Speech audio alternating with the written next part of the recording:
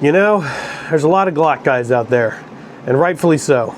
But for me, it's always going to be wood, steel, and soul. How's it going, guys? Welcome to another episode of Coffee Talk. My name is Chad, and you're out here on the hopeful homestead with me in my little tiny cabin on wheels. And in today's video, we're talking about why I will always be a revolver and lever gun guy.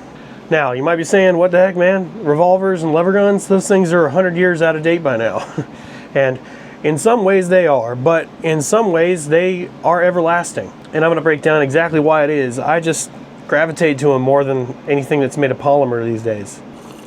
Now, the first reason that I love both revolver guns and lever guns is the fact that you can quickly rack a new round into the chamber to be ready to fire. In my opinion, faster than you can most other types of guns out there, especially when it comes to pistols.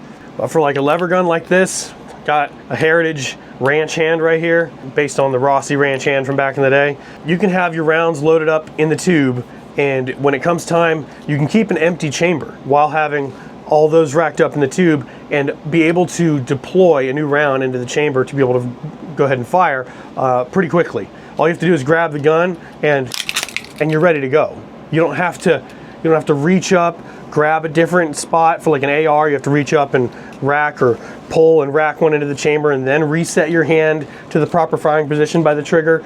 The lever gun, by nature, you get ready, you put it into position to fire, and you by nature can be in a position to fire and rack it, and you're right here, finger on the trigger.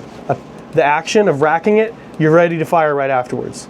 And I find that to be both safer, because you can do the same with a revolver. You can have I typically only load 5 in a 6-shot so that I keep an empty chamber under the hammer for safety reasons. But as a result, I can just pull the hammer and fire. I don't have to, and I can do it one-handed with my finger still ready at the trigger. I don't have to do anything like with a semi-automatic pistol with a slide. You have to pull the gun, and if you're not carrying one in the chamber, you have to use a second hand to rack it, and it's quite a heavy pull with most guns to pull that slide to rack one into the chamber. So you have to do a lot and really move the gun out of a fireable position, out of your sight line. You know, with a revolver, I can point, I can pull that hammer and fire while keeping these iron sights in my line of sight with the target. Same thing with the lever gun. I can keep an empty chamber and I can be looking down the barrel, looking through the iron sights, finger on the trigger, rack one, and my finger's still on the trigger, still looking down the sights, ready to fire. So in my opinion, revolvers and lever guns actually have a leg up on modern guns when it comes to that, if you're going to choose not to carry these guns with one in the chamber, which that's a debate in and of itself that's got a whole other set of information to unpack. But for me, with kids, I keep both of these guns loaded in the trunk of my Bronco in a case that is locked, but I do keep them loaded all the time. And in the off chance, somehow I'm very, very safe with how I carry and store firearms, but in the off chance, I like to know that those actions, this full action would be hard for a 3-year-old to do, and the hammer pull on a big old heavy 45 Colt revolver is a pretty heavy and a pretty long hammer pull that the ergonomics are just not going to work for a little kid to do if they get their hands on one. So it's nice knowing that I can keep the guns completely safe. There's no chance that it's going to go off on its own somehow, like a striker fired pistol might do if something is faulty in the actual mechanics of that striker. I've never understood anybody that will carry a striker fired pistol in the appendix position, pointed down at their junk, with a round in the chamber. That's pretty brave right there, buddy. But for me, but I get it at the same time, because if you have a gun like that, it takes a lot to rack one into the chamber to be able to fire. So if you're not carrying one in the chamber with a gun that's a semi-automatic Glock with a slide, it's going to be difficult to deploy that in a quick manner when the time comes. Whereas a gun like this, a gun like a big old revolver, all you have to do is just pull the hammer and fire. Or if it's a double action revolver like my Colt Python I have, all you have to do is pull the trigger. You can have one not loaded under the hammer and just pull the trigger with the double action in it, and boom, it fires the round. So for me, I enjoy knowing the safety combination with the fact that this thing can fully deploy a new round into the chamber quickly is awesome. It's literally one of the main reasons I love revolvers and lever guns. And I'll tell you, for whatever reason, I can't hit the broadside of a barn with a semi-automatic pistol. Doesn't matter the barrel length, doesn't matter the ergonomics of the gun. I've tried pocket pistols, I've tried the Ruger LCP, I've tried the Ruger Max 9, I've tried the Kimber Micro 9, which that's the only slide action pistol that I've actually semi-enjoyed and could be somewhat accurate with. For whatever reason, I liked that one. I might pick it up again in the future, just for pocket carry, but for whatever reason, revolvers, no matter the size of the barrel, but especially this one, this thing is a 5.5-inch Cimarron Colt Single Action Army clone, and this thing is the best pistol I've ever owned, ever fired. I can hit a target from 50 to 100 yards that's 12 inches in size with this thing pretty regularly, just looking down the iron sights, which is pretty awesome. This is actually the farm pistol that I use. I keep on my hip when I'm out on the property, building the fence last year that's covering this 20-acre property. I kept this on my hip the whole time, and I had to use it a couple of times to kill some rattlesnakes and to scare off some cattle that were, a couple of bulls kept chasing me, because that's why I was building the fence. I was building it to keep cattle off of our property from the neighboring lots, and I had to shoot a couple of rounds off at the ground in front of one of the bulls that kept chasing me around my Bronco. So yeah, I've got quite a relationship with this pistol right here. Love this thing. Another reason is, honestly, I don't like plastic. I don't like batteries, electronics on my guns. I just don't like things that need to be maintained and worried about. I don't like the fact that a red dot sight or a holographic sight or any of that stuff will have to have batteries that need to be swapped out, or you need to worry about those batteries corroding if your weapon is with you. I'm in South Florida here where it's humid. I don't want to have to worry about batteries corroding in a humid, wet environment. I don't want to have to worry about the electronics on my firearm getting wet and being problematic.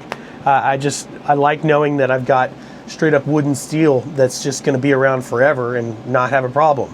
I'm using these firearms to accompany me while I'm doing work out here. I'm not just using guns for target practice for fun or for going into war. I'm not a police officer, I'm not in the army, I'm not doing anything where I need to have a weapon of war to be able to mow down as many people as you can in one time, but I'm in a position where I need to be able to defend myself and my property from invasive animals and from two-legged threats that come walking around too, for whether we're on our property or in our home or out in public. And revolvers and lever guns do a great job for me. And another thing that sort of plays off of that is just the build quality and design of these things. I mean, look at the soul that this has. This is based off of a design that the Winchester 92 that is just an iconic firearm that literally was one of the reasons that Americans won over the West. And this thing is it's just you got the big loop on there. It's just super smooth action. It just works like butter. Everything is sturdy on it. It feels like something with purpose and soul in your hand, And even coming to the revolver, and I'm gonna go ahead and unload this thing so I can roll through the action on it and show you what I'm talking about. The wood grip on it, every single part of this thing is steel. There's not a bit of plastic on this. There's not a bit of anything other than wood and steel. And just the mechanics of that action is so smooth. It just feels so good in the hand. And there's something about knowing that it's just an iconic firearm that played such a huge part in American history. I love it. And a part of that build quality is knowing that these iron sights, aiming down this gun, these iron sights are not getting knocked out of alignment anytime soon. These things are just fixed and sturdy. You don't have to worry about it. Unlike modern optics and stuff that can, if you bump the gun too hard, can throw off to zero. I just don't like worrying about all of that. I like knowing that my gun is going to be reliable, it's going to fire where it's supposed to fire, and it's going to be able to easy to fire if I need to.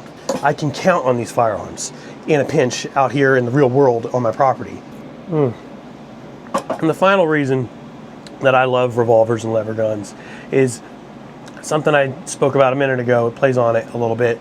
It's the history, just the part that they play in American history and American culture. The Colt Single Action Army that this is based on, it's what literal cowboys carried on their hip in the Wild West. It's what the U.S. Army carried, obviously. It's why it's called the Colt Single Action Army. It was the standard issue pistol for the U.S. Army for decades, I feel like, in the late 1800s. And it's one of the main reasons that America won over the West. The reasons that we are the country that we are and have the states that we have now. It's because of firearms like this and like the Winchester 92 that this is based on. And it's just, I love knowing that these firearms are iconic in the history of making America what it is today. Not too practical of a reason, but you know, it's part of that soul that I talk about when I'm saying wood, steel, and soul.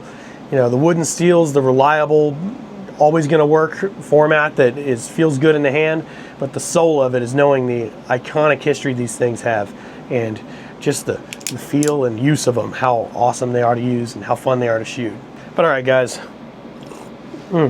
thanks for watching. Leave a comment down below what you think of revolvers and lever guns, and I notice a lot of you down there in the comments are carrying Glocks, so hopefully you don't take too much offense to this. I don't have any problem with Glocks. I think they're great guns, and if I were to carry a full-size semi-auto slide pistol, I probably would be carrying a Glock. But for me, as I said before, wood, steel, and soul, baby. That's all I'm going to be doing. But yeah, hit the like button, subscribe if you haven't already, and I look forward to seeing you in the next one. Again, my name is Chad, and this is the Hopeful Homestead. Thanks for being here. See you soon.